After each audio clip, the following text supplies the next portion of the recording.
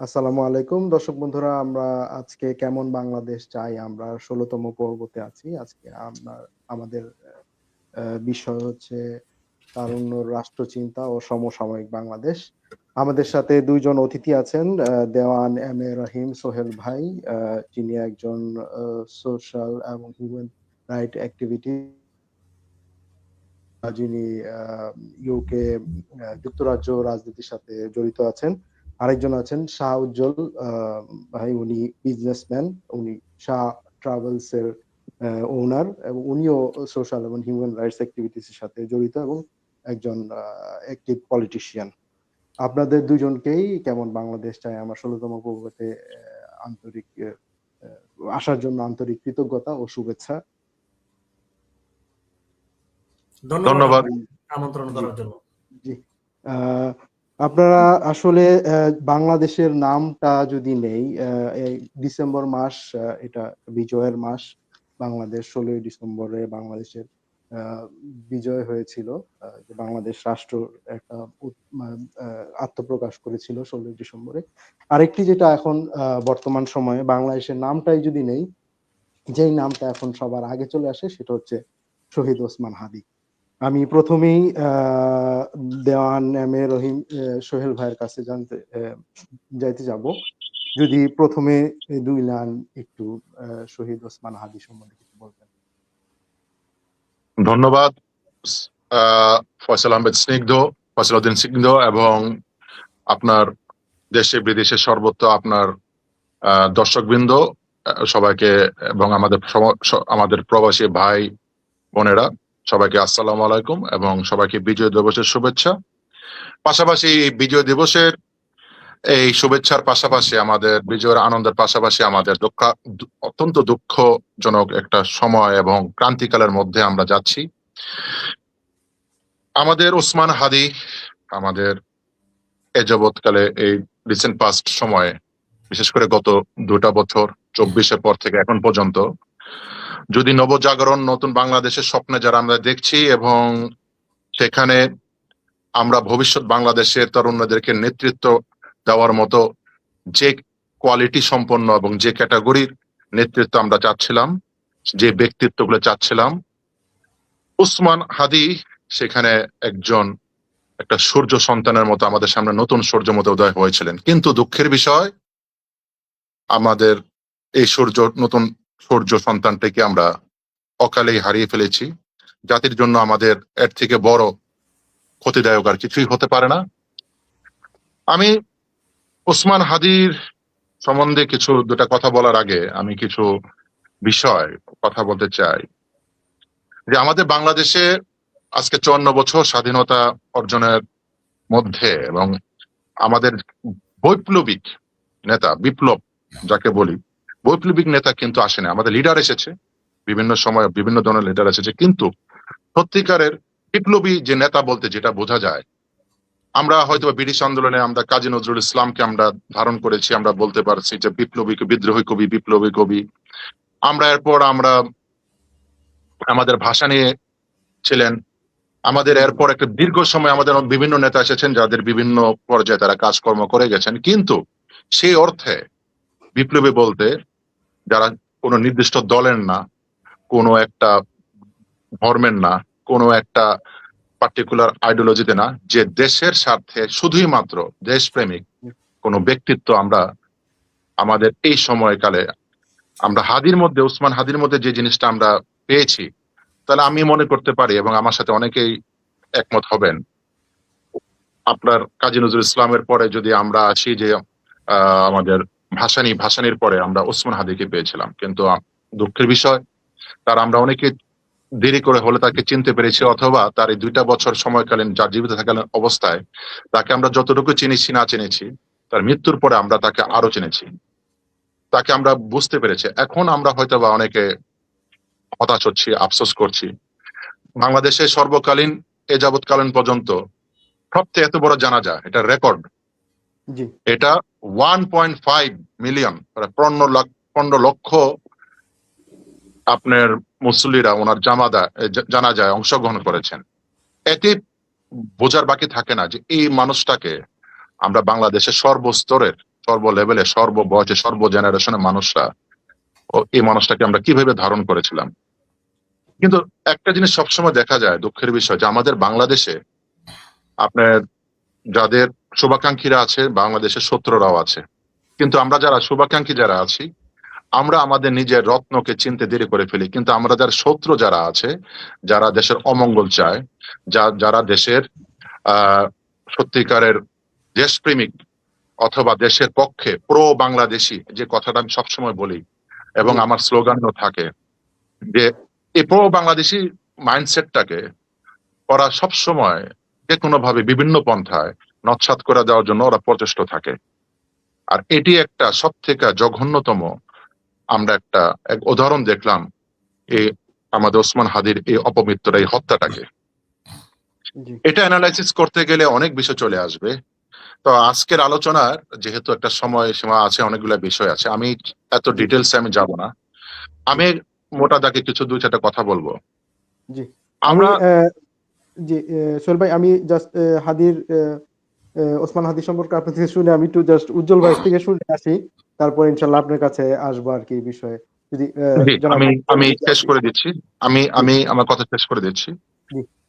আমরা যে তরুণ সমাজ বলেন অথবা আমরা জনগণ, সাধারণ জনগণ বলেন, আমরা যে ধরনের নতুন নেতৃত্ব এবং নতুন ব্যক্তিত্ব আমরা চাই, সেটাতে চাই কি একজন দেশপ্রেমিক, একজন শিক্ষিত, একজন জনমানুষের সর্বস্তরের একজন কথা বলার মতো, বাংলাদেশের ফিলোসফিকে ধারণ করার মতো যে ব্যক্তি, সেটা ছিলেন আমাদের ওসমান হাদি। সে একজন কবি, সে একজন পলিটিক্যাল অ্যাক্টিভিস্ট, সে একজন টিচার, সে একজন ঢাকা বিশ্ববিদ্যালয়ের রাষ্ট্রবিজ্ঞানের একজন সে পড়াশোনা করা, এবং সে একজন লেকচারার, এবং সে তার ইসলামিক মূল্যবোধ থেকে তার মাদ্রাসা পাস করা ছেলে, প্লাস সে মধ্যবিত্ত গণমানুষের, সে কোনো এলিট ক্লাস না, সে কোনো পলিটিক্যালি কোনো বিগ ব্র্যান্ড থেকে আসে নাই। এই ধরনের যে একটা সাধারণ মানুষের, যে একটা জনমানুষের একজন নেতৃত্ব, একটা নতুন বাংলাদেশ গড়ার, এই মানুষটাকে আমরা হারিয়েছি। কিন্তু আমি বিশ্বাস করি এই ওসমান হাদির এই স্পিরিট, এই চেতনা, এই যে দেশের প্রতি তার ভালোবাসা, এই যে চিন্তা চেতনা, এটা উনি দুনিয়া থেকে চলে যাওয়ার পরেও লক্ষ কোটি জেনারেশন, লক্ষ কোটি মানুষ, যুব সমাজ থেকে শুরু করে সর্বস্তরের মানুষের মধ্যে সে পুনর্জাগরণ করে দিয়ে গেছেন। তা এখন আমরা দোয়া করবো ওসমান হাদির সেই আদর্শটাকে আমরা ধারণ বহন করে আগামী রাষ্ট্র পরিচালনার জন্য আমরা সবাই সচেষ্ট হব। আমরা দেশপ্রেমের দিকে আমরা উদ্বুদ্ধ হব, সততার সহিত দেশ পরিচালনা করব, এবং আমরা তার পরিবারের সবার জন্য ধৈর্য এবং শান্তি কামনা করব, এবং ওনার জন্য জান্নাত নসিব হোক সে দোয়া করবো বলে আমার আপাতত এখন আমি আপনাকে আমার বক্তব্য আপনাকে ফ্লোরটা ফেরত দিচ্ছি। আমরাও দোয়া করি তার পরিবারের জন্য, এবং তার জন্য আল্লাহ তাকে নিশ্চয়ই জান্নাতের উচ্চতম মোকাম জান্নাতুল ফেরদৌস দান করবেন। জনাব উজ্জ্বল ভাই, আপনি যদি এই বিষয়ে একটু বলতেন আর কি। ধন্যবাদ ফয়সাল ভাই। আমি আজকে বিজয়ের মাস, আমাদের মহান বিজয় দিবস কিছুদিন আগে গেল, এবং আমরা পুরো ডিসেম্বর মাসকে আমরা বিজয়ের মাস হিসাবে আমরা সবসময় ধারণ করি বুকে। কারণ এটার যে ইতিহাস বলতে গেলে আসলে অনেক লম্বা সময়ের দরকার। এটা অনেকে আমরা জানি, নতুন প্রজন্ম এখন অনেক সচেতন, তারাও জানে। তো বাংলাদেশের অস্তিত্বের সাথে এই বিজয় দিবস জড়িত। আমরা যারা এই বাংলাদেশকে স্বাধীন করার ক্ষেত্রে দীর্ঘ 9 মাস যুদ্ধ করেছেন, আমাদের যে মা বোনরা ইজ্জত দিয়েছেন এই দেশটাকে স্বাধীন করার জন্য, তাদের প্রতি আমাদের বিনম্র শ্রদ্ধা, এবং যারা বেঁচে আছেন তাদেরকে আল্লাহ আরো হায়াতদার করুক এবং তাদেরকে সুস্থ রাখুক, এই কামনাই করি। যদিও এটা নিয়ে অনেক কথা আছে যে রাষ্ট্রীয়ভাবে সঠিকভাবে ওই লোকগুলা কি সঠিক মূল্যায়ন পাচ্ছে কিনা, এটা ভিন্ন আলোচনা। তবে তাদের প্রতি সম্মান, শ্রদ্ধা সবসময় থাকবে, বাংলাদেশ যতদিন থাকবে। আপনার হাদির যে সম্প্রতি যে ঘটনা, আমি ব্যক্তিগতভাবে, আমি না, আমার মতন অনেকেই আসলে যে কোনো মৃত্যু, অপমৃত্যু, কাউকে খুন করা, এই যে এই ব্যাপারগুলার তীব্র বিরোধিতা এবং নিন্দা জানাই। এটা যে শ্রেণীরই হোক, ইট ডাজেন্ট ম্যাটার কে কোন দল করে, সে আমার শত্রু, সে আরেকজনের শত্রু। হত্যা আসলে কোনো কিছুরই সমাধান হইতে পারে না। এটাতে আসলে আক্রোশ এবং বিরোধিতা, মানে প্রকট এবং এটা একটা ন্যাক্কারজনক অবস্থানে নিয়ে যায়, যেটা আসলে সমাজ, ব্যক্তি এবং রাষ্ট্র কোনো কিছুর জন্যই এটা আসলে সুফল বয়ে আনে না।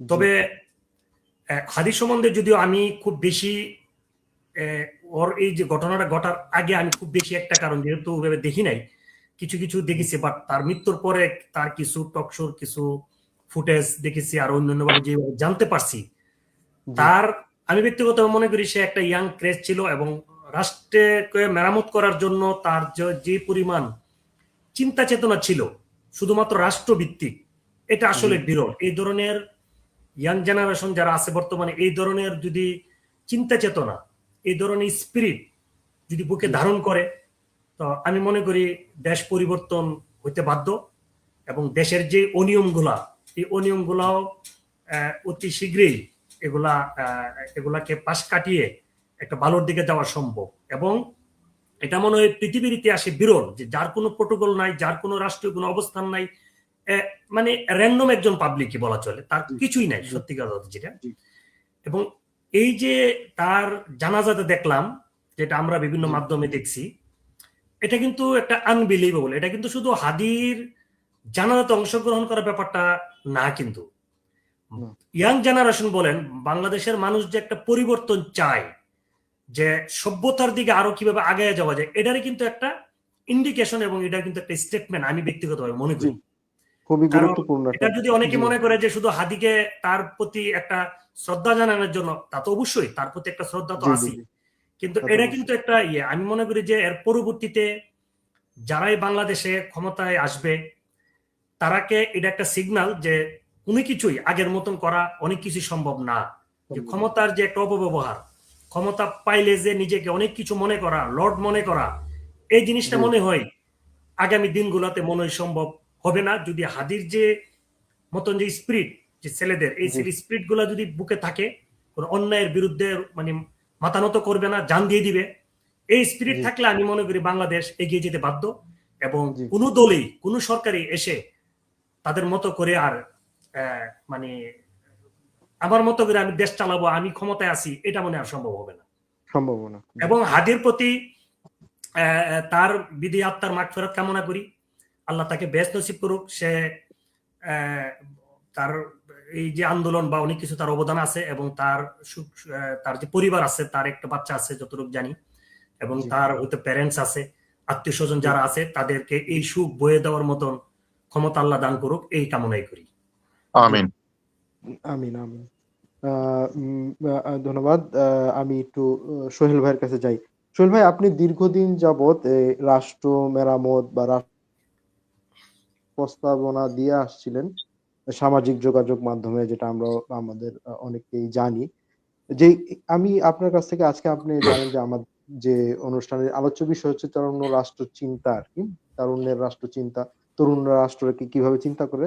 এটার সাথে অনেক কিছুই কিন্তু প্রায় মানে অনেক কিছুই আপনার এই চিন্তার সাথে মিলে যায় আর কি। সবকিছু যদি আমি ভালো একটা রাষ্ট্র ব্যবস্থা চাই, আসলে সেটা আপনি যেভাবে প্রস্তাব করেন, আমি আপনার কাছ বুক থেকেই সেই প্রস্তাবনাগুলি একটু শুনতে যাচ্ছিলাম আর কি। দর্শকদেরও জানাতে যাচ্ছিলাম যে আপনার প্রস্তাবনাগুলি আপনি যদি একটু উল্লেখ করতেন আমাদের। ধন্যবাদ স্নিগ্ধ, আবার এই বিষয়বস্তুতে আবার সুযোগ দেওয়ার জন্য আজকের এই বিষয়ে।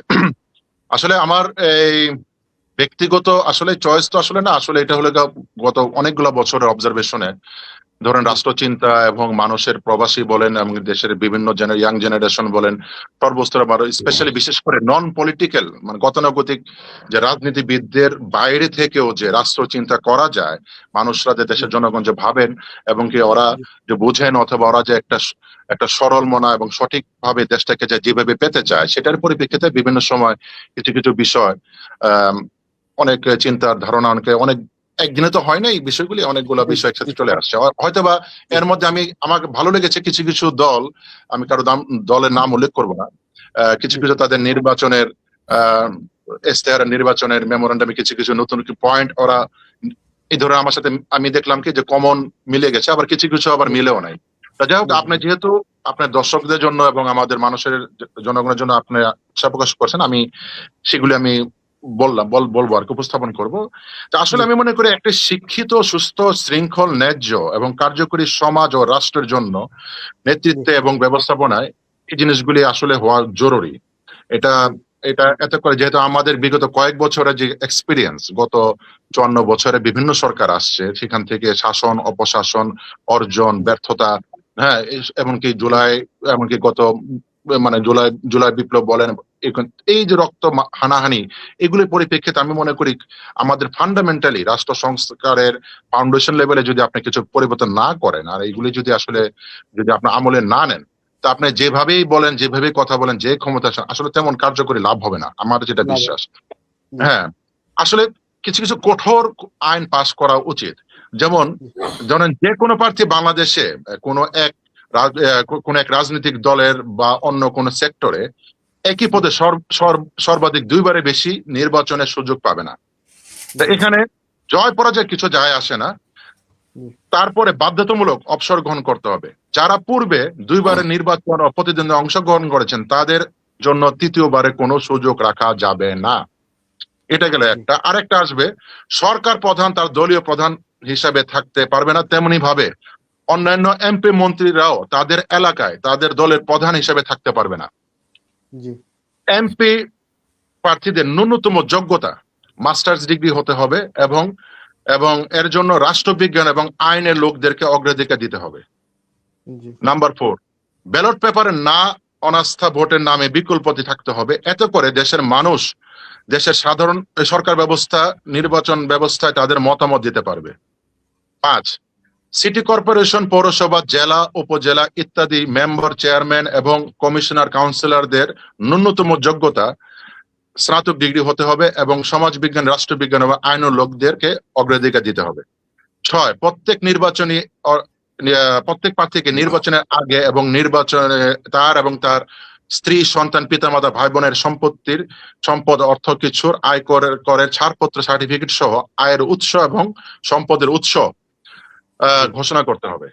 7, প্রতি 3 মাস পর প্রত্যেক এমপি, মন্ত্রী, মেয়র, চেয়ারম্যান, কমিশনার, কাউন্সিলর সদস্য অর্থাৎ তাদের এবং তাদের স্ত্রী, সন্তান, পিতা মাতা, ভাই বোন, আত্মীয় ইত্যাদির আয়ের উৎস, সব ধরনের সম্পত্তির অর্থের তল্লাশি অর্থাৎ অডিট করতে হবে এবং সবাইকে ছাড়পত্র নিতে হবে। তা না হলে তিনি তার পদ থেকে স্থগিত হয়ে যাবেন। অপরাধ প্রমাণ হলে তিনি তার পদ হারাবেন এবং যে কোনো রাজনীতি হতে চিরতরের জন্য বহিষ্কার হবেন এবং তাদেরকে কঠিন দৃষ্টান্তমূলক শাস্তি দিতে হবে। 8, কলেজ থেকে ছাত্র রাজনীতি বন্ধ করতে হবে, শুধু বিশ্ববিদ্যালয়ে ছাত্র রাজনীতি থাকতে পারে। 9, কোর্ট কাছারিতে কোনো প্রকার রাজনৈতিক সংগঠন বা কর্মকাণ্ড থাকবে না, অন্যথায় লাইসেন্স সনদ হারাবে এবং কোর্ট কাছারির প্রাঙ্গণ হইতে বহিষ্কার এবং শাস্তি ভোগ করতে হবে। 10, প্রজাতন্ত্রের সরকারি কোনো কর্মকর্তা, কর্মচারী কোনো প্রকার রাজনৈতিক সংগঠন বা কর্মকাণ্ডে জড়িত হতে পারবে না, এমনকি রাজনৈতিক মঞ্চে অতিথি হতে পারবে না এবং কোনো প্রকার রাজনৈতিক বক্তব্য, ভাষণ দিতে বা জড়িত হতে পারবে না, অন্যথায় চাকরি হতে বহিষ্কার এবং শাস্তি ভোগ করতে হবে। 11, পরিবর্তনশীল, প্রগতিশীল এবং উন্নয়নমূলক, জবাবদিহিমূলক গণতন্ত্র হতে হবে, যেখানে বড় কর্তাদের কাছে কোনো ধরনের প্রভুভক্ততা, চাটুকারিতা বা চামচামির কোনো সুযোগ থাকবে না। তাই পরিবর্তন মানে পক্ষপাতিত্ব, নেপোটিজম, মামা ভাগ্নে একেবারে বন্ধ করতে হবে। নিশ্চিত হতে হবে আসল গণতন্ত্র যেন কারো হাতে দেশ এবং জনগণ হাইজ্যাকের শিকার না হয়। কেউ বা কোনো পার্টি যেন আমাদের বাংলাদেশের গণতন্ত্রের নামে পরিবারতন্ত্র, স্বৈরতন্ত্র, রাজতন্ত্র, মাফিয়াতন্ত্র, পুলিশতন্ত্র কায়েম করতে না পারে। 11, দেশের বিভিন্ন প্রদেশ তৈরি করে প্রাদেশিক সরকার ব্যবস্থা চালু করতে হবে এবং প্রত্যেক প্রদেশে সর্বোচ্চ আদালত, হাইকোর্ট বা সুপ্রিম কোর্টের স্থাপন করতে হবে, শাখা স্থাপন করতে হবে, যাতে করে ঢাকার উপর নির্ভরশীলতা কমবে এবং বিচার ব্যবস্থা আরো গতিশীল হবে। 13, প্রতিবন্ধী কোটা ব্যতীত দেশের সর্বপ্রকার কোটা বাতিল করতে হবে। 14, স্বায়ত্তশাসিত কোনো প্রতিষ্ঠানে কোনো রাজনৈতিক ব্যক্তিত্ব বা এমপি, মন্ত্রী কোনো প্রকার প্রভাব বা নিয়ন্ত্রণ থাকতে পারবে না। 15, ক্ষমতা মেয়াদ সম্পন্ন হবার পর সরকারকে অবশ্যই তার ক্ষমতা একটি নির্দলীয়, নিরপেক্ষ এবং নির্বাচনী কালীন সরকার অর্থাৎ তত্ত্বাবধায়ক সরকারের হাতে ক্ষমতা হস্তান্তর করতে হবে। 16, বৈষম্য নিবাক যাক, সম অধিকার রক্ষা পাক, মেধা তথা সুশিক্ষায় শিক্ষিত যোগ্যতা হোক সকল সুযোগ সুবিধা পাবার মাপকাঠি। আসলে এই বিষয়টা আসলে আমার অনেক দিনের বাংলাদেশের যে গত 54 বছরে যে অপরাজনীতি, এমনকি অস্থিরতা এবং ফেসিসবাদ বলেন, একনায়তন্ত্রবাদ বলেন, এবং কি রাজতন্ত্রবাদ বলেন, যেভাবে বলেন, মাফিয়াতন্ত্র বলেন, এমনকি মানুষের যে হয়রানি, এমনকি জবাবদিহিতা, করাপশন, আমার মনে হয় এই 15-16টা যে পয়েন্ট, এটা নিয়ে যদি আমাদের আগামীতে যারা ক্ষমতায় আসবেন অথবা জি বর্তমান রাজনীতিবিদরা এবং চিন্তাশীলেরা, এরা যদি জি সবাই সচেতন হয়, তাহলে মনে হয়, আমার মনে হয় আমাদের দেশে অনেক কিছুরই পরিবর্তন হয়ে যাবে। ভাই, বেশি লাগে না, যে সরকারি জি ক্ষমতায় আসুক, জি ওরা ওরা যদি মনে করে যে 5টা বছর ক্ষমতায় আমি 5টা জিনিস আমি করে দেব উন্নয়নমূলক, জি 5টা সেক্টর, ধরেন জি কৃষি, সে যদি জি চায়, সে একটা বছর সে কৃষিটাকে প্রায়োরিটি নেক, বাজেট দিয়ে বিপ্লব হয়ে জি যাবে। সামরিক, সে একটা বছর বাজেটে যদি সে সামরিকটাকে প্রায়োরিটিতে বিপ্লব হয়ে যাবে। শিক্ষা, জি একটা বছর যদি বাজেটে সামরিক শিক্ষাটাকে প্রায়োরিটিতে বিপ্লব হয়ে যাবে। চিকিৎসা, একটা বছর যদি তারা চিকিৎসার টার্গেট নেয়, যে বলে যে না, আমরা এটা বিপ্লবকে বিপ্লব হয়ে যাবে। আপনার শিক্ষা, আপনার স্বাস্থ্য, জি মানে এভাবে যদি বলতে যাই, কল্যাণময়ী রাষ্ট্র, যেটাকে আমরা ইউরোপে, আমি শিওর উজ্জ্বল ভাই বলবেন যে আমরা ব্রিটেনে আমাদের ওয়েলফেয়ার স্টেট, কল্যাণময়ী রাষ্ট্রের যে বিষয়গুলি আমাদের বাংলাদেশে কিন্তু আমরা ধারে কাছে নাই। আপনার এক্সট্রাঅর্ডিনারি বাদ দেন, মানুষের মৌলিক চাহিদা 5টা, খাদ্য, বস্ত্র, বাসস্থান, চিকিৎসা, শিক্ষা, নিরাপত্তা, এই 5টা যদি দেখেন, খাদ্যে ভেজাল, জি চিকিৎসা অপচিকিৎসা, স্বাস্থ্য চিকিৎসা ধ্বংস, তারপর কিছুই কিছুই নাই। মানে আপনি একটা মানুষের ইউনিভার্সাল ফান্ডামেন্টাল 5টা রাইটের একটা জায়গাতেও আমরা বা- বুকে হাত দিয়ে বলতে পারবো না যে না, আমরা পারফেক্ট। তা এটা তো আসলে রাষ্ট্র ভেবে চলতে পারে না। আমাদেরকে সচেতন হতে হবে, আমরা ওই রাস্তায় হাঁটতে হবে। যে ক্ষমতায় আসবে তাদের কাছে জি আমাদের অনুরোধ যে আপনারা এই বিষয়গুলি মাথায় নিয়ে আপনার রাষ্ট্র পরিচালনা আসেন, অনেস্ট হন। ভাই, 5টা বছর 10টা বছর কিছু দেন আমাদেরকে। আমি আশা করি আপনার এই অল্প সময়ের মধ্যে খুব কুইক আমি আপনাকে বুলেট বলে দিলাম। আপনি জি পরবর্তীতে আপনি আরো বেশি আমরা কথা বলবো, আপনি উজ্জ্বল ভাইয়ের কাছে ফিরে যেতে পারেন। ধন্যবাদ।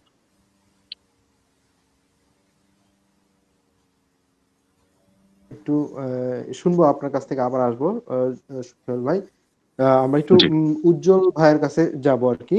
উজ্জ্বল ভাই, আমিও আপনার কাছে সেম প্রশ্নটাই রাখতে চাচ্ছিলাম, যেহেতু আমাদের সোহেল ভাই, আপনি শুনেছেন ওনার যে পয়েন্ট আউট করেছেন, উনি দীর্ঘদিন ধরে এই বিষয়টা রিসার্চ করতেছেন।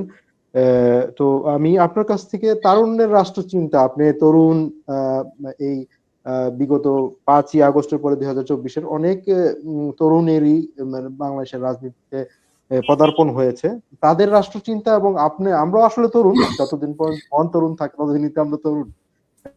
আমাদের রাষ্ট্র চিন্তাটা যদি ধরেন আপনার সাথে মিল করে, মানে আপনি কিভাবে দেখতে চান আর কি, ধরুন নতুন রাষ্ট্র বাংলাদেশ রাষ্ট্রটা বিনির্মাণের ক্ষেত্রে আপনি কিভাবে চিন্তা করেন? ইভেন ধন্যবাদ। যদি আপনি সোহেল ভাইয়ের কিছু পয়েন্টের বিষয়ে যদি আপনার কোনো দ্বিমত থাকে বা অন্য কিছু মতামত থাকে, যদি অ্যাড করতে পারেন সেক্ষেত্রে। ধন্যবাদ। সোহেল ভাইয়ের যে পয়েন্টগুলো, এই পয়েন্টগুলো আসলে আমি মনে করি দেশে বিদেশে যেখানে আছে আমরা বাংলাদেশি সবারই জি অলমোস্ট সেম চিন্তাই। উনি কিন্তু কোনো আকাশ থেকে এগুলা মানে তৈরি করে নাই, এগুলা জি জি জি তার বাস্তব যে অভিজ্ঞতা, এগুলার জি ভিত্তিতে কিন্তু করছে। কিন্তু রাইট রাইট রাইট আনফরচুনেটলি যারাই ক্ষমতায় যায়, তারা, আমি জানি না তারা জি কি করতে চায় না অথবা তাদের কোথাও কোনো বাধা আছে কিনা, সেটা একটা জি ব্যাপার।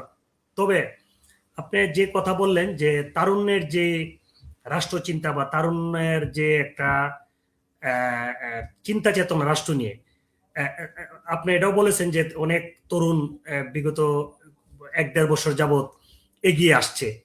জি এটাকে আমরা সাধুবাদ জানাই, কারণ জি পৃথিবীর যে কোনো জায়গায় প্রত্যেক দেশেই তরুণদেরকে কিন্তু খুব বেশি প্রাধান্য দেয় সব ব্যাপারে।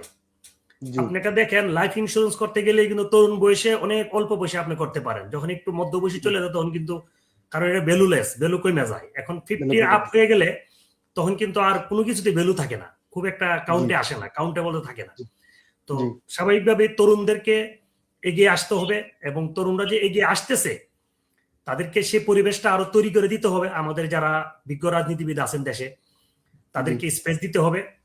তার পাশাপাশি আমি মনে করি তরুণদেরকেও আরেকটু সংযতশীল হইতে হবে, ধৈর্যশীল হইতে হবে, এবং আচরণগুলা যেহেতু আপনি এক জায়গায় বসে আড্ডা দিলেন, জি ফ্রেন্ড সার্কেল নিয়ে বসে কথা বললেন বা ইউনিভার্সিটিতে বসে কথা বললেন, আর রাষ্ট্রীয়ভাবে কোনো একটা জায়গায় আপনি না গেলেও যখন আপনি একটা জি রাষ্ট্রের গুরুত্বপূর্ণ কোনো একটা মানে ব্যক্তি হয়ে যাবেন কোনো না কোনো ভাবে, জি যেরকম জি অনেক তরুণ যারা রাজনীতিতে আসছে বা সামনে জি ইলেকশন করবে, তাদের জি কথাবার্তায় তাদের যে আচার ব্যবহার, অন্যের প্রতি যে সম্মান, জি আপনি দেখেন রাজনৈতিক ভাষা আপনাকে ইউজ করতে হবে। জি আপনি এগ্রেসিভ এগ্রেসিভ আমরা সাধারণভাবে, আমিও এগ্রেসিভ, আমরা সবাই এগ্রেসিভ, বাট যখন আপনি একটা জি পাবলিক প্লেসে কথা বলবেন অথবা এই জিনিসটা ন্যাশনাল ওয়াইড দায়িত্বশীল জিনিসটা একটা কোনো হাইলাইট হবে, জি তখন কিন্তু আপনাকে দেখে, আপনি যে তরুণ, আপনাকে দেখে কিন্তু পরের যে জেনারেশন তারা কিন্তু ইন্সপায়ার হবে।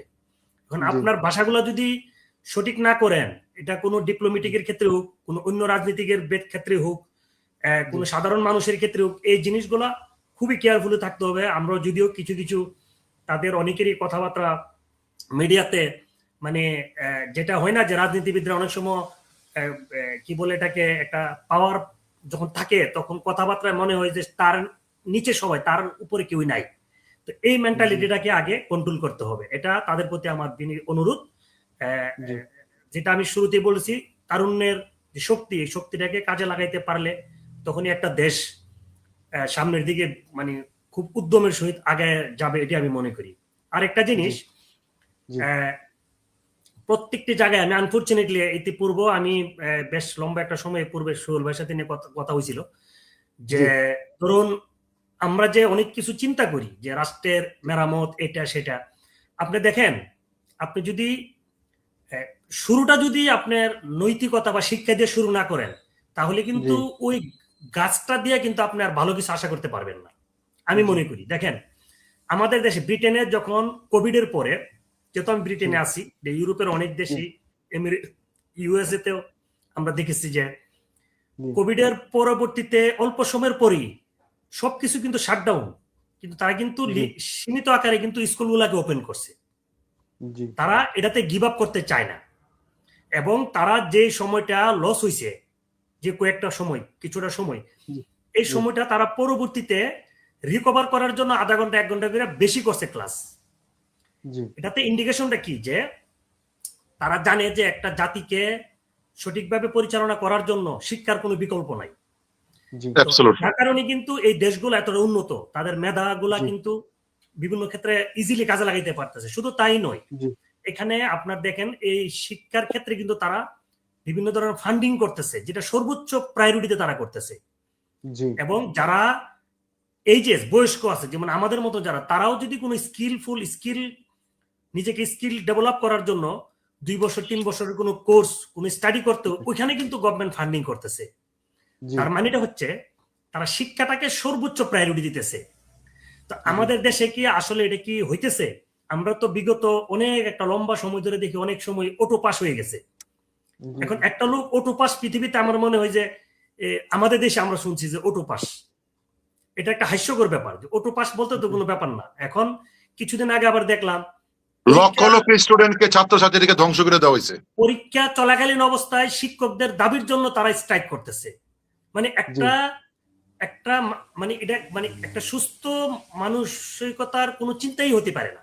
জি আপনার আন্দোলনের বিভিন্ন সময় আছে, অবশ্যই এই যে শিক্ষকদেরকে আমি মনে করি বাংলাদেশে পৃথিবীর অনেক দেশের তুলনায় অনেক কম বেতনে তাদেরকে দেওয়া হচ্ছে, তাদেরকে সুযোগ সুবিধা দেওয়া হচ্ছে, কারণ তারা হইতেছে মানুষ গড়ার কারিগর। তাদেরকে যদি আপনি ফেসিলিটেট না করেন, তাহলে কিন্তু তারা অন্যদিকে অন্য কিছু করার জন্য ডাইভার্টেড থাকবে, তাদের চিন্তা চেতনাটা অন্যদিকে রাখবে।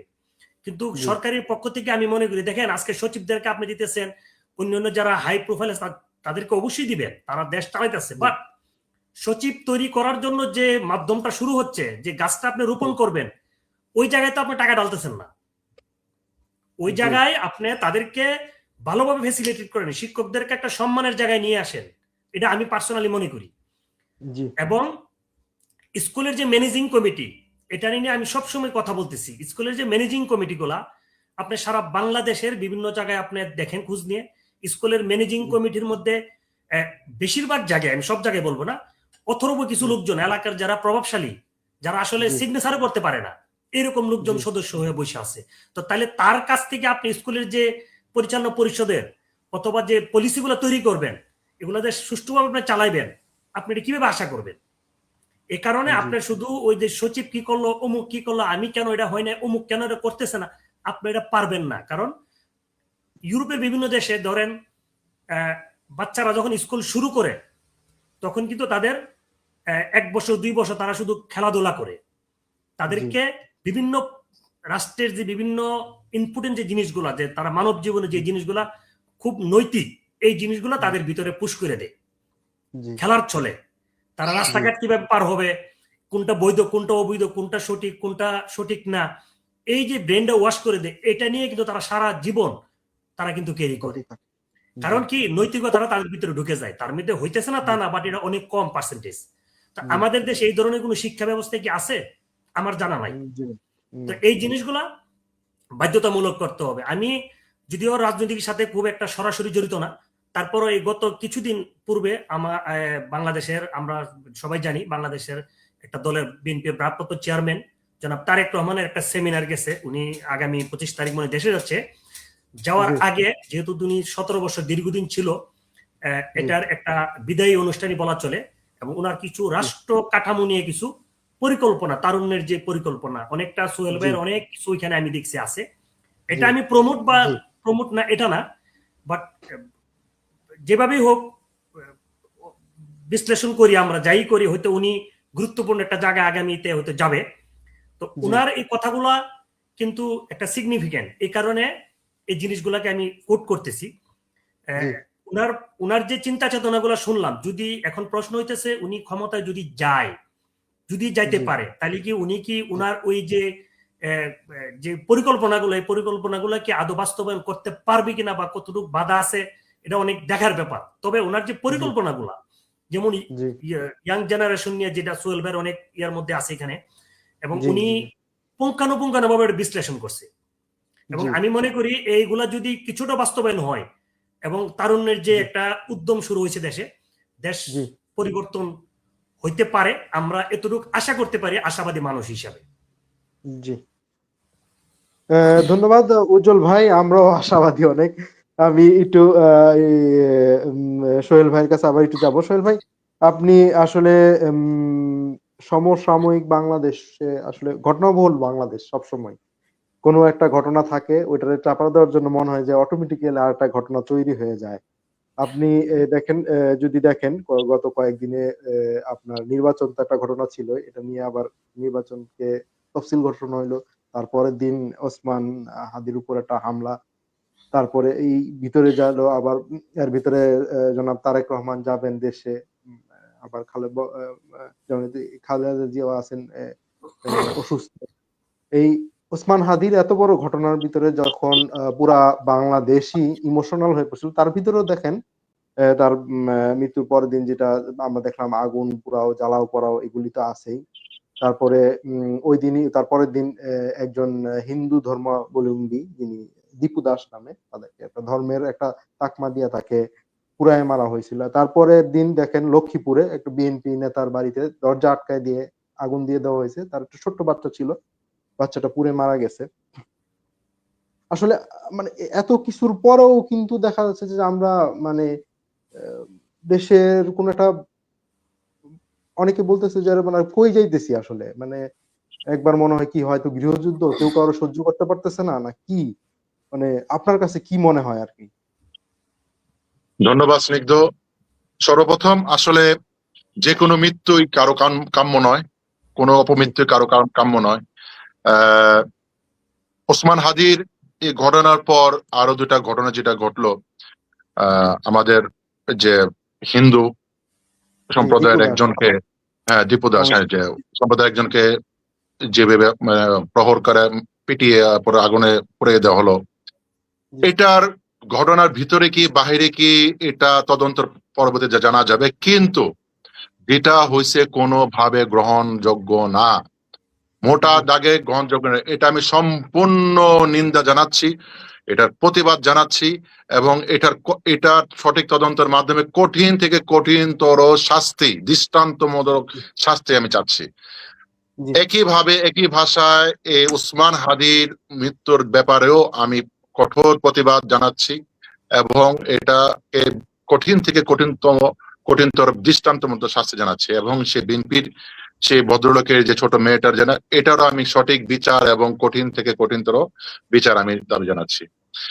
আর এখানে যেহেতু আসলে কি বলবেন, আমাদের গত 15-20 বছর বলেন, আর একটু 25 বছর বলেন, অথবা গত রিজিম বলেন, যেটাই বলেন, আমরা আসলে এই ধরনের দেখছি যে একটা যে বিষয়টা আপনি বলেন, একটা বিষয় পচা আরেকটা জিনিস ডাইভার্সনের জন্য আরেকটা বিষয় এলোমেলো করে দেওয়া, আরেকটা জিনিস চালা নেওয়া আছে, ডিফারেন্ট ন্যারেটিভ ক্রিয়েট করে দেওয়া, এটা আসলে কি মানুষ এখন শিখে গেছে, মানুষ কিন্তু বুঝে জি ষড়যন্ত্র, কনস্পাইরেসি অনেক কিছু থাকে।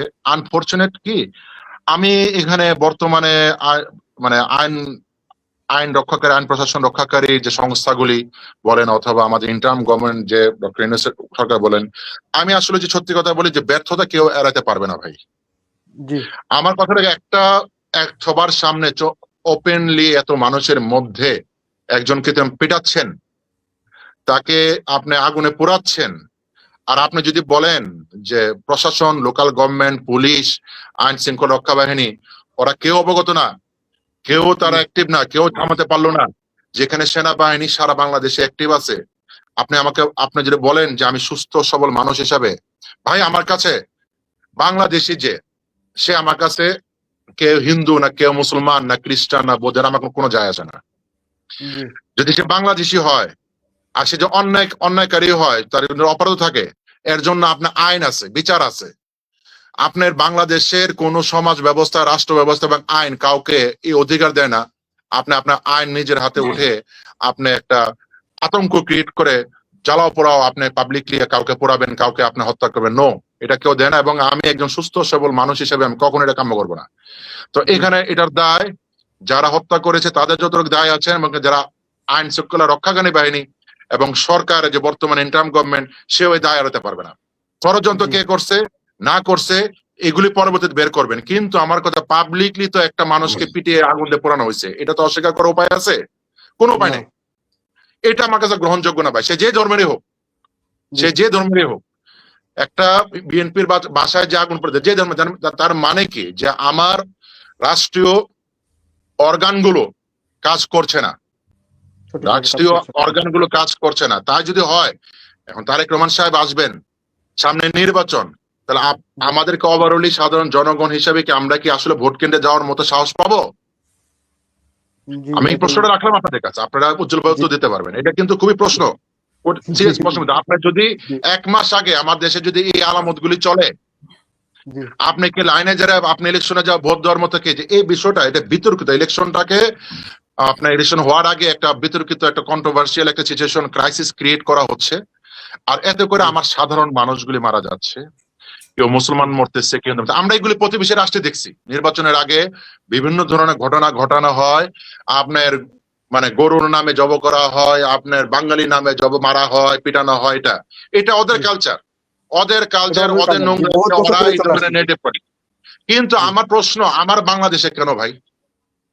আমার বাংলাদেশে এগুলো কেন আমার হবে? আর আমরা এটা আমাদের ইন্টেলিজেন্স কই, আমাদের বিশ্লেষকরা কই? ওরা কি ফরকাস্টিং এ তাদের নাই যে বাংলাদেশে ঘটনাগুলি ঘটতে যাবে, এই ধরনের অনেকে সুযোগ নিতে চাবে? তা আমার কথা হলো, আমরা সাধারণত হয়তো আমরা নর্মাল কমন সেন্স দিয়ে, আমরা নর্মাল আলোচনার মাধ্যমে জ্ঞান দিয়ে আমরা কথা বলি, কিন্তু যারা এই ফিল্ডে, যাদের এই ফিল্ড, যারা এটা সাথে পার্টিকুলারলি নিযুক্ত, তাদের তো এটা 24 আওয়ার জব, যে তাদের ইন্টেলিজেন্স, তারা তো ট্রেন, তারা তো কোয়ালিফাইড, তারা তো এখানে অ্যাপয়েন্টেড, তাদের অ্যানালাইসিস, তাদের এই তথ্য, গোয়েন্দা তথ্য বলেন, ইন্টেলিজেন্স তথ্য বলেন, আন্তর্জাতিক তথ্য, তাদের মাঝে নাই যে বাংলাদেশে এই ধরনের বিষয়গুলো হবে। বিশ্বের বিভিন্ন দেশগুলি কিভাবে চলে, ওরাও তো বিভিন্ন তথ্যভিত্তির উপরে, ইনফরমেশনের উপরে, ইন্টেলিজেন্স চলে। তা আমার দেশে ইন্টেলিজেন্স গুলি কি ফাংশন করছে না? আমার দেশে কি আইন শৃঙ্খলা ফাংশন করছে না? তাহলে আমার দেশে ফাংশন করছেটা কি ভাই? This is my question. তো আমার মনে হয় এখানে আমাদের একটা ম্যাসিভ একটা ক্রাইসিস মুহূর্তে আমরা যাচ্ছি। আমার মতে এখনো যে নির্বাচন হওয়ার আগে এখনো যে অবস্থা, সামনে যে আরো 2-3টা প্রবলেম হবে না, এরকম এই গ্যারান্টিটা কে দেবে? এখানে আমার মতে ইন্টার্ম গভর্নমেন্ট, ডক্টর ইউনূস সাহেব, এমনকি স্বরাষ্ট্রমন্ত্রী ওনারা যারা আছেন, ওনাদেরকে আরেকটু শক্তভাবে দমন পীড়ন করতে হবে, কন্ট্রোল করতে হবে, যে কোনো প্রকার অনাকাঙ্ক্ষিত বিষয় যেন আরো না ঘটে। কারণ মানুষ নিতে পারছে না, মানুষ নাভিশ্বাস হয়ে গেছে, রক্ত বন্যা বইছে। এখন আর কত রক্ত দিবে? এখন কি ইলেকশনের আগে কি আরেকটা রক্তের বন্যা হবে নাকি?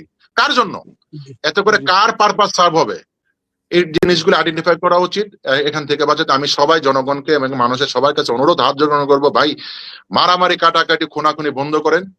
আর যেখানে আমাদের শত্রুরা যারা আছেন, প্রতিবেশী যে রাষ্ট্রই হোক, আমি কারণ কোন রাষ্ট্রের নাম নিলাম না, তারা জি চাবে এখানে আরো কিছু প্রবলেম ক্রিয়েট হোক। আপনার অ্যালার্ট জি থাকেন।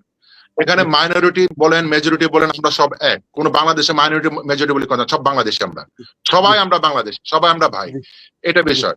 আর আমি জি আরেকটা জিনিস বলবো, আমাদের বাংলাদেশের যে কালচারটা চলে আসছে, যে আপনার একটা গ্রুপ প্রো ইন্ডিয়ান হয়ে চলছে, জি আরেকটা গ্রুপ প্রো বাংলাদেশে চলছে, এটা নিয়ে তর্ক বিতর্ক যে, বরং আমি বলবো এই দুইটা মাইন্ডসেটকেই আমাদের ডিজন করতে হবে ভাই। আমাদের জি এছাড়া আমাদের কোনো উপায় নাই। যে যে উপায় দল নেই। করেন করেন, প্রো ইন্ডিয়ান এবং প্রো পাকিস্তানি মাইন্ডসেট থেকে আমাদের বেরিয়ে আসতে হবে। আমাদেরকে জি অ্যাবসোলুট অ্যাবসোলুট প্রো বাংলাদেশ হইতে হবে, বাংলাদেশ ও, ফার্স্ট। বাংলাদেশ ফার্স্ট। আওয়ামী লীগ বলেন, বিএনপি বলেন, জাতীয় পার্টি বলেন, জাহান যে নামে কোনো যান, জি সবার আগে জি আমাদেরকে বাংলাদেশ প্রো বাংলাদেশ হইতে হবে। বাংলাদেশ বাংলাদেশ হিসেবে এটার চিন্তা সাথে করতে কোনো হবে। কম্প্রোমাইজ করা যাবে না। এটা যদি না জি করতে পারেন, যে জি ক্ষমতা আসুক, কালকে বিএনপি আসবে, কিছুদিন পরে ওরা আবার নামাই দিবে কালকে। কারণ বাইরের ইনফ্লুয়েন্স যদি থাকে, বাইরের দেশের জি আমাদের যারাই আমাদের দেশে ইনফ্লুয়েন্স দিতে চাবে, তারা আমার শত্রু। জি যে আমার, এটা ও, আমেরিকা হোক, ইন্ডিয়া হোক, চায়না জি হোক, পাকিস্তান হোক, যে কোনো যে আমার দেশে ইন্টারফেয়ার করবে, আমার দেশের বিভিন্ন পলিটিক্যাল পার্টিগুলিকে ইনফ্লুয়েন্স করার চেষ্টা করবে, ওরা জি পেট্রোনাইজ করতে কন্ট্রোল করতে চাবে, তারাই আমার শত্রু মোটা দাগে। জি জি এখান থেকে আমি আমাকে অ্যাবসোলুটলি বাংলাদেশ প্রো বাংলাদেশি, আমরা বাংলাদেশি, আমাদের, আমরা ভূমি, এই ভূমির সন্তান, আমরা ভূমিপুত্র, জি আমরা এটার জি বাইরে আমাদের এটার স্বার্থে আর কোনো কিছু না। আমরা জি ব্রিটেনে থাকি, কিন্তু আমরা ধারণ করি এখনো আমরা আমাদের মাতৃভূমি বাংলাদেশ, আমরা নিজেকে প্রো বাংলাদেশে বলি। জি তাহলে ধন্যবাদ। বাংলাদেশে যারা থাকতেছে, খাইতেছে, চলতেছে, তাদের জি আপত্তি কোথায়? কিছু বাইরের প্রতিবেশীদের খুশি করার জন্য কেমন 71-ও নাই, হ্যাঁ ওই রাষ্ট্র নেই, এখন আমরা বাংলাদেশি, আমাদের মেরুদণ্ড জি শক্ত করে স্বনির্ভর আত্মমর্যাদাশীল দেশ হতে হবে ভাই। জি যতক্ষণ পর্যন্ত আপনার আত্মমর্যাদাশীল দেশ না হতে পারবেন, এ জি লোক সে লোক, এ পার্টি সে পার্টি সব বাদ, জি কোনো আমার ওইগুলি কারেকশনের দরকারই নাই। বাংলাদেশ জি প্রোগ্রেসিভ বাংলাদেশ, এটা জি চিন্তা করতে হবে। ধন্যবাদ। ধন্যবাদ ভাই, ধন্যবাদ সোহেল ভাই। আমি একটু উজ্জ্বল ভাইয়ের কাছে যেতে যাচ্ছিলাম আর কি। উজ্জ্বল ভাই, যেহেতু দেওয়ান ভাই, সোহেল ভাই একটা কোশ্চেনও রাখছে আপনার কাছে, যে সমসাময়িক যে বাংলাদেশের যে অবস্থা, কিছুদিন পরে আর ৩-৪ দিন পরে জাতীয়তাবাদী দলের যে প্রধান আছেন তারেক রহমানও দেশে যাচ্ছে, নির্বাচনের একটা আবহাওয়া ছিল আবার কি নাই হয়ে যাচ্ছে, যে সহিংসতাগুলি দেখা যাচ্ছে আর কি। না, আপনার কাছেও কি এই ধরনের কোনো সংশয় আছে যে আসলে আসলে আমরা কিভাবে নির্বাচনের দিন ভোট কেন্দ্রে যাব, বা কি মনে হচ্ছে আপনার কাছে?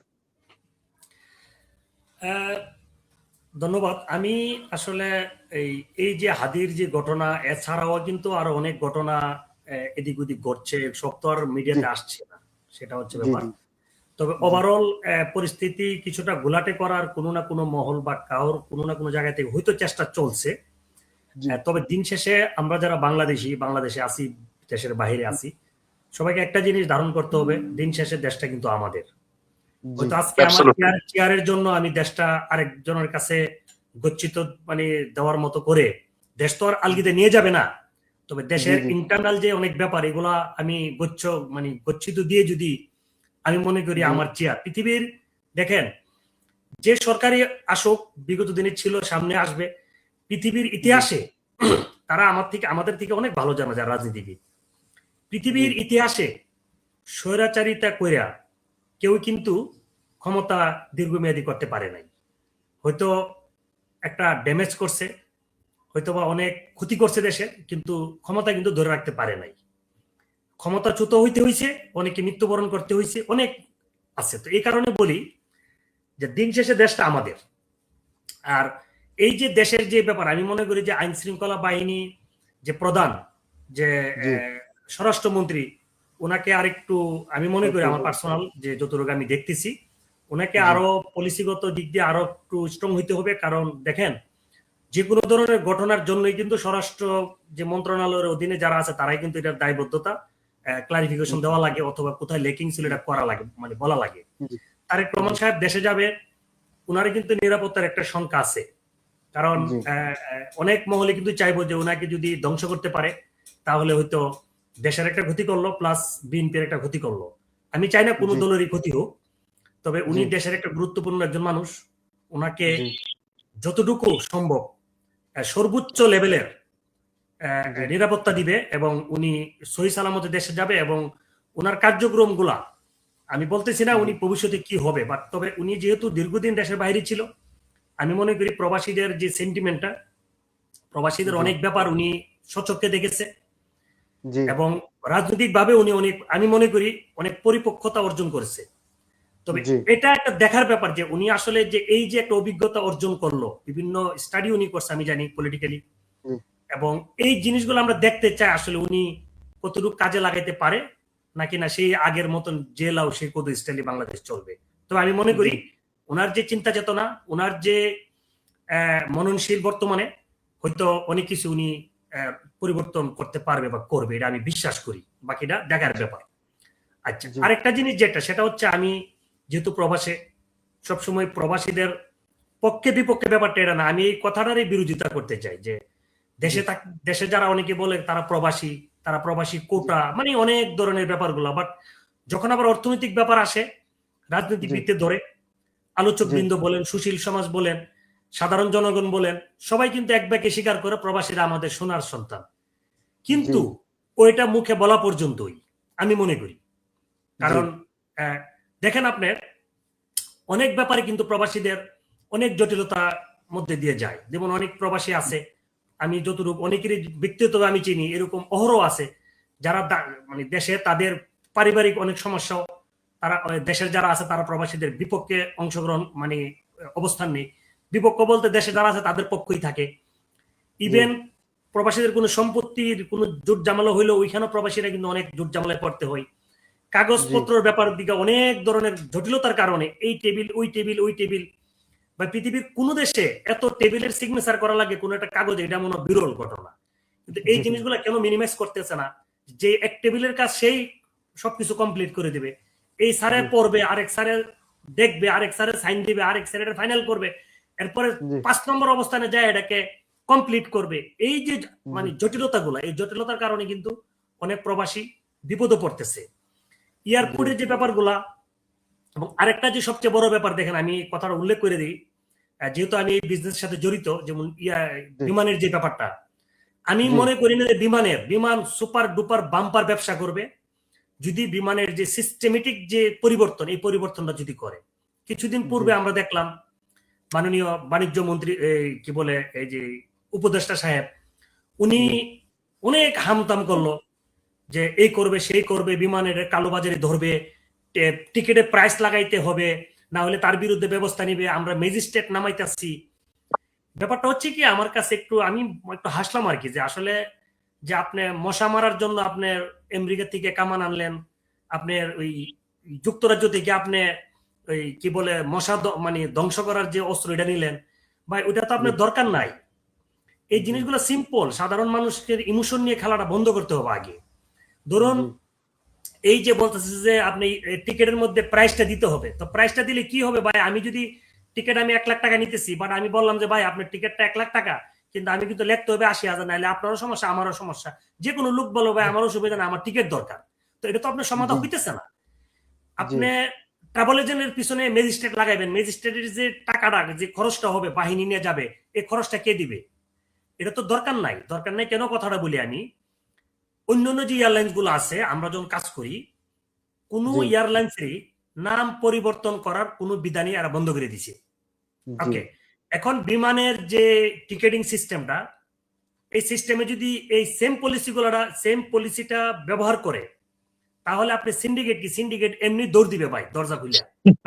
কারণ কেন আমি বলি আপনাকে, আপনি স্নিগ্ধ, আপনার নামে ফয়সাল হাসান স্নিগ্ধ, আপনি বুক করছেন টিকিটটা, অথবা কোনো জি ট্রাভেল এজেন্টের মাধ্যমে বুক করছেন, ওইটা জি ফয়সাল হাসান স্নিগ্ধই যাবে। যদি ফয়সাল আমিন স্নিগ্ধ হয়ে যায় যে একটু মিস্টেক হয়ে গেছে, এটাকে ঠিক করতে হবে, ওই জি ওই কারেকশন করাটাও কিন্তু অন্য এয়ারলাইন গুলো আপনাকে অ্যালাউ করতেছে না। এলাও তাতে করতেছে কি হইতেছে, আপনি উজ্জ্বল ভাই বুকিং এ তো উজ্জ্বল ভাই ডেট অফ বার্থ থাকে। আমি শেষ করি না, ডেট অফ বার্থটা ইম্পর্টেন্ট না। ধরেন যে নামে করা হবে, এখন এই নামের বাইরে যদি তার বায়ো যায় বা তার নিজের নামও ভুল হয়ে যায়, সেম ব্যক্তি হয়, এটা ভুল হয়েছে, জি নো, জি তুমি আবার মেক করতে হবে, আবার নতুন করে বুকিং করতে হবে নতুন প্রাইসে, যদি প্রাইস চেঞ্জ হয়ে যায়। এই জি পলিসিটার কারণে কিন্তু দেখেন ওই নন এয়ারলাইনগুলোর সিন্ডিকেট বন্ধ নাই। এখন বাংলাদেশ জি বিমানের ব্যাপারটা কি হচ্ছে, আমি অ্যাজ ফার আই নো, এটা যদু মধু কদু মিস্টার আব্দুল কুদ্দুস মিস্টার বৈরাতি মৈরাতি দিয়ে একটা বুক করে রাখে, যারা জি বাংলাদেশ বিমান অনুমোদিত যে এজেন্ট ওয়ার্ল্ড ওয়াইড, ইভেন বাংলাদেশেও। জি এখন জি তারা ধরেন লোয়ার ক্লাসে মার্কেটে কিন্তু এই যে একটা সবসময় কিন্তু একটা এই মানুষ একটা অভিযোগ করে যে ভাই বিমানের সিট খালি নাই, বিমানে যাই অর্ধেক সিট, অর্ধেক বিমান খালি। কথাটা সত্য, জি বাট ওইটাও সত্য যে আপনি সিস্টেমে দেখতেছেন সিট নাই, দুইটাই সত্য কিন্তু। এখন জি আসল সত্য যেটা হচ্ছে, ধরেন আমি একটা বিমান অনুমোদিত এজেন্ট, আমি যেই দেশে আসি বা যেই দেশে আমি থাকি, বাংলাদেশেই থাকি, আমার একটা লিঙ্ক আপ করা আছে বিমানের অথরিটির সাথে। এখন জি আমি লোয়ার ক্লাসের বিমান, আপনারা জানেন যে কোনো এয়ারলাইন্সেরই বিভিন্ন ক্লাস থাকে, ইকোনমিকেরই, অনেকে এটা হয়তো মনে করে যে ইকোনমিক আর বিজনেস ক্লাস না, ব্যাপারটা এরকম না। ফেয়ারিং সিস্টেমে কিছু ক্লাস আছে, 5টা 6টা 7টা ক্লাস আছে, শুরু হয়ে একেবারে লোয়ার ক্লাস থেকে, লোয়ার ক্লাস গুলো শেষ হলে আপনি উপরের দিকে উঠতে থাকে। জি তখন কি করে যারা বিমান অনুমোদিত এজেন্ট, তারা জি ধরেন কিছু টিকিট বিভিন্ন নামে বেনামে এগুলো মানে বুক করে রাখছে, কারণ বুকজন করে রাখছে, তখন একটা কৃত্রিম সংকট তৈরি হয়। আসলে কিন্তু লোয়ার ক্লাসের একটা সার্টেন লেভেল পর্যন্ত দেখা গেল 100 সিট আছে বা 200 সিট, 200 সিট কিন্তু বাটবাটোয়ারা করে কিন্তু বিভিন্ন এজেন্ট গুলা ব্লক করে রাখছে। আচ্ছা, জি এখন ধরেন র্যান্ডমলি যারা কাজ করে, যারা অনুমোদিত না, তারা যখন টিকিট সার্চ করতে যায় তখন দেখি কি বিমানের প্রাইস হাই ক্লাসে, এবং এটার প্রাইস হচ্ছে ধরেন এক্সাম্পল 850 পাউন্ড, আমি লন্ডন থেকে বললাম। বাট আপনি যারা বিমান অনুমোদিত তাদের কাছে যান, তারা আপনাকে 800 পাউন্ড দিয়ে দিবে। এখন এই যে 50 পাউন্ড ডিফারেন্স হইলো, এটা কেন হইলো? কারণ ওই যে লোয়ার ক্লাসে নাই, কিন্তু যে 800 দিতেছে সে কিন্তু 700 পাউন্ড বা 750 পাউন্ডের টিকিট আপনাকে 800 দিতেছে, কারণ সে ওই টিকিট গুলো ব্লক করে রাখছে। সে হয়তো 20টা টিকিট বা 10টা টিকিট হোল্ড করে রাখছে, হয়তো 3টা বেস্ট বিক্রি করলো, 4টা বিক্রি করলো, ফ্লাইটের সময় পর্যন্ত সে 5টা বিক্রি করলো, 5টা কিন্তু বিক্রি করতে পারে নাই, সে কিন্তু তখন রিলিজ করে দিচ্ছে, যার সূত্র ধরে কিন্তু ওই সিট গুলা খালি। কিন্তু অন্যরা যারা সিট নিবে তারা কিন্তু যখন দেখবে আপনি 850, একটা ব্রিটেন থেকে যাবে 50 পাউন্ড ডিফারেন্স হলে কিন্তু সে বলবে আমার দেশের বিমান আমি যাব। আর যখন 100 পাউন্ড ডিফারেন্স, 150 পাউন্ড ডিফারেন্স, তখন কিন্তু সে আমিরাতে চলে যাচ্ছে। এবং এটার জন্য দায়ী কে? দায়ী হইতেছে সিন্ডিকেট। এখন এই যে আপনার নাম চেঞ্জিং এর যে অপশনটা, এটা কমপ্লিটলি কেউই পারবে না, কমপ্লিটলি আপনি শাটডাউন করে দেন। আমি আপনাকে গ্যারান্টি দিয়ে বলতে পারি, এবং যারা দেখতেছেন গ্যারান্টি দিয়ে বলতে পারি, 1 বছরের ভিতরে বিমানের যে লাভ হবে, এই লাভের টাকা দিয়ে আপনি আরো একাধিক বিমান মানে আপনি মানে ক্রয় করতে পারবেন। আর কয়েক বছর পরে এয়ারপোর্ট করে দেব। মানুষ চায় যে তার নিজের দেশের বিমানে যাবে। আমরা তো টিকিট করি, যখন দেখে 100-150 পাউন্ড ডিফারেন্স, তখন কেউ যাবে না। প্রায় 20,000-25,000 টাকা যখন ডিফারেন্স হয়, তখন কিন্তু কেউ আর বিমানে যেতে চায় না। শুধুমাত্র এই সিন্ডিকেটটা বন্ধের একমাত্র রাস্তা হচ্ছে আপনার নাম চেঞ্জ করার কোন অপশন, কারেকশনের অপশন কমপ্লিটলি শাটডাউন করে দিতে হবে। আরেকটা যে ব্যাপারগুলা দেখেন, বাংলাদেশ থেকে যখন, এখান থেকে যখন বা মিডল ইস্ট থেকে যখন বাংলাদেশে কেউ যায়, যে টিকিটের দাম 30,000-25,000 আমরা বিভিন্ন মাধ্যমে দেখি, বাংলাদেশ থেকে যখন ওই লোক আবার পরবর্তীতে 2 মাস পরে আসে, তখন ওই টিকিটের দাম হয় 70,000-60,000। কেন হবে? সেম জার্নি, একটু ডিফারেন্স হইতে পারে। এখানেও কিছু মেকানিজম আছে, আমি এটা বলতে গেলে অনেক লম্বা সময় লাগবে। এই যে বৈষম্যগুলা, এগুলাকে বন্ধ করার জন্য সরকারের যে সঠিক পরিকল্পনা, এই পরিকল্পনাগুলো নিতে হবে। আর আমি লাস্ট আরেকটা কথা বলি, সোহেল ভাইয়ের যে কিছু পরিকল্পনা, কিছু প্রস্তাব, এগুলোর মধ্যে আরেকটা জিনিস আছে। ধরেন বিভিন্ন জায়গায় যখন আপনি বিভিন্ন অফিসার গুলাকে আপনি নিয়োগ দেয় রাষ্ট্রীয়ভাবে, এটার একটা সুনির্দিষ্ট নীতিমালা আমি মনে করি অবশ্যই আছে, বাট এটা কিন্তু অস্বচ্ছ আমি মনে করি। কারণ ধরেন আমরা রিসেন্টলি যেটা দেখতেছি, এয়ারপোর্টে একটা ইয়াং একটা লোক ম্যাজিস্ট্রেট হিসাবে আসছে, এবং ওনার কিছু কার্যক্রমের কারণে উনি খুব ফোকাসে চলে আসছে। কিন্তু কারণ অনিয়ম, এতটা অনিয়মের মধ্যে একটু ভালো কাজ কেউ করলেই তার কিন্তু সবাই আমরা হিরো ভাবতে শুরু করি। বা আমার বই হয়ে কোন জায়গায়, এখন ওই লোকগুলাকে নিশ্চয়ই, ওই লোকটারে যেমন বিভিন্ন যখন স্পোর্টসে যখন খেলাধুলা করে, তখন কিন্তু তাকে বলে তোমাকে আগামী অ্যাটলিস্ট 5 ম্যাচের জন্য বা 10 ম্যাচের জন্য তোমাকে আমরা ধরে নিতেছি, এখন up to you how you will perform. তো এরকম আমি মনে করি একটা সুনির্দিষ্ট সেনসিটিভ জায়গাগুলোতে সুনির্দিষ্ট নীতিমালার মাধ্যমে অফিসার গুলাকে নিয়োগ দেওয়া। আজকে ধরেন এই অফিসারটা এয়ারপোর্টে খুব ভালো করতেছে, দুর্নীতির বিরুদ্ধে 0 টলারেন্স, গিভ আপ করতেছে না, ইউ নেভার নো, এ- 3 মাস পরে দেখবে তার অন্য জায়গায় বদলি করে দিছে। না, এই যে উনার বদলিটা হবে, সম্প- এটা কোন পারপাসে হবে, এটা কোনো সুনির্দিষ্ট কোনো কারণ দিতে পারবে বা দেওয়াটা উচিত? আমি মনে করি যে প্রেস রিলিজ। এটার আনসারটা আমি দিয়ে দিই। এটা উজ্জ্বল ভাই, এটা সুন্দর একটা প্রশ্ন, একটা খুব সুন্দর প্রশ্ন। এটার মেইন প্রবলেম হলো বাংলাদেশের যে জি অথরিটি অথরিটির যে পোস্টগুলি, বড় কর্মকর্তাদের পোস্টগুলি, এগুলি সব জি পলিটিক্যাল নিয়োগগুলি বেশি হয়। না না, আমি সেটা আমি যতক্ষণ পর্যন্ত যতক্ষণ পর্যন্ত এই উজ্জ্বল ভাই, পলিটিক্যাল নিয়োগগুলি বন্ধ না হবে, সে ওটার তর্কে জন্য আমি মেইন দেখতেছি না, পলিটিক্যাল নিয়োগ দোক বা যাই দোক, এটাকে যে কোনো কিছু আপনার একটা অ্যাকাউন্টেবিলিটি থাকতে হবে যে এই অফিসারের আমরা এই ধরনের ত্রুটি পাওয়ার কারণে, কিছু অবজেকশন পাওয়ার কারণে তাকে আমরা সরাইতে বাধ্য হয়েছি। এই ধরনের প্রেস রিলিফ কি আসে, হয়তো বা তাদের ফাইল বন্দি থাকে, কিন্তু এটা পাবলিকলি আসা উচিত। যেমন জি কিছুদিন আগে দেখেন, আমি এটা বলতে বাধ্য, আমি নিজেও এটা নিয়ে কন্টেন্ট তৈরি করছি গত বছর ডিসেম্বরের মাঝামাঝি। দেখেন আপনি ব্রিটেনে আপনার যে নো ভিসা রিকোয়ার যে পাসপোর্টে যে স্টাম্প দেওয়া লাগে, এটা ছিল জি 46 পাউন্ড। আপনার সময়ের জি পরিবর্তনে হয়তো একটু ইনক্রিজ হইতে পারে, এটা ভেরি মানে রিজন। কিন্তু কোন ধরনের কোনো প্রেস রিলিফ ছাড়া, কোন ধরনের কোনো এক্সপ্লেনেশন ছাড়া তার একটা সার্কুলার দিল, এটা 70 পাউন্ড হয়ে যাচ্ছে এবং কোনো টাইম নেই। কিন্তু এটা প্রথম দিকে ইনস্ট্যান্ট 1-2 দিনের ভিতরে করছিল, পরবর্তীতে কিছু জটিলতার কারণে 1 সপ্তাহ পরে না 2 সপ্তাহ পরে তারা এটা করছে। কিন্তু এটা কিন্তু জি কোনো একটা রাষ্ট্রীয় বা কোনো একটা সিস্টেম হইতে পারে না। এখন ধরেন জি আপনার নো ভিসাতে কি এরকম খরচ যে আপনাকে 24 পাউন্ড আপনাকে পার পাসপোর্ট ইনক্রিজ করতে হবে, যেখানে পাসপোর্টের ফি গুলা সেম এজ ইট ওয়াজ। তো এটাতে জি কিন্তু বৈষম্য আছে, কারণ মূলত এটাই যে পাসপোর্টটাতে না নো ভিসাটা যদি তারা ইনক্রিজ করে, তাহলে তারা প্রবাসীদের থেকে টাকাগুলো নিতে পারবে। মানে নিতে মোট কথা পারবে। হচ্ছে বিভিন্ন ভাবে প্রবাসীদের কাছ থেকে টাকা জি আদায় করো, টাকা প্রবাসীদের যে আদায় করে ন্যূনতম যে ফেসিলিটিস গুলা পাওয়া দরকার, যে অধিকার সেটা গুলা, না। তারা যে বৈষম্য শিকার হয়, জি ন্যূনতম কোনো ফেসিলিটিস বাংলাদেশে গেলে জি কোনো নাই প্রবাসী আরো জি বরংস অনেক ক্ষেত্রে পরিবার থেকে বলেন, সামাজিক ভাবে বলেন, তারা ওইভাবে ট্রিট করে। উজ্জ্বল ভাই, উজ্জ্বল ভাই, জি আপনার এই কথা শোনাতে আমার মধ্যে এত ইনফ্লুয়েন্স, মানে আমার ঝড় উঠতেছে। আমি মনে করছি আরো কিছু বলি। প্রবাসীরা কারণটা কি, খুব সুন্দর কথাগুলি আমি শেষ বলতেছেন। করে দিই, আমি শেষ করে হ্যাঁ দিই, হ্যাঁ আমি শেষ হ্যাঁ হ্যাঁ। করে দিই। জি আমি জি জি, না সবার না, আমি প্রতি থামাই নাই আপনাকে, থামাই নাই, থামাই নাই, সবার আমি প্রতি আমি থামাই নাই। বিনীত অনুরোধ করব, আমরা বাংলাদেশি, বাংলাদেশের দেখেন যারা চিটাগাঙ্গের আছে, ব্রাহ্মণবাড়িয়ার আছে, কুমিল্লার আছে, রাজশাহীর, মানে বিভিন্ন দেশের অঞ্চলের যারা আছে, সবাই কিন্তু ঢাকা ভিত্তিক এসে কাজ করে। এটাও কিন্তু কাইন্ড অফ আমরা অনেকেরই দেখছি ছোটবেলা শুধুমাত্র বছরে 2 বার দেশে যা পরিবারের সাথে ঈদ করতে, সে ঢাকাতেই জি থাকতেছে অথবা চিটাং যায় থাকতেছে ব্যবসা বাণিজ্য কাজের জন্য। তো ভাই, জি সে তার পরিবারের সাথে তার এলাকাতে থাকতেছে না। তো এটাও তো একটা কাইন্ড অফ বিদেশ। বিদেশ মানে তার সিটিতে, তার হোম সহ কান্ট্রিতে যখন থাকে না, তখন এটা কিন্তু বিদেশি আমি মনে করি। তো আমরাও বিদেশ জি থাকি বা আমাদের কর্মের প্রয়োজনে, কিন্তু জি আমাদের ট্রাস্ট মি, প্রত্যেকটা প্রবাসী, শুধু আমি না, দিল প্রাণ, মানে তার যে চিন্তা চেতনা, মানে সব 60% দেশেই থাকে থাকে। হলো দেশকে নিয়ে, দেশের মানুষদেরকে নিয়ে, দেশের জি পরিবারদেরকে নিয়ে।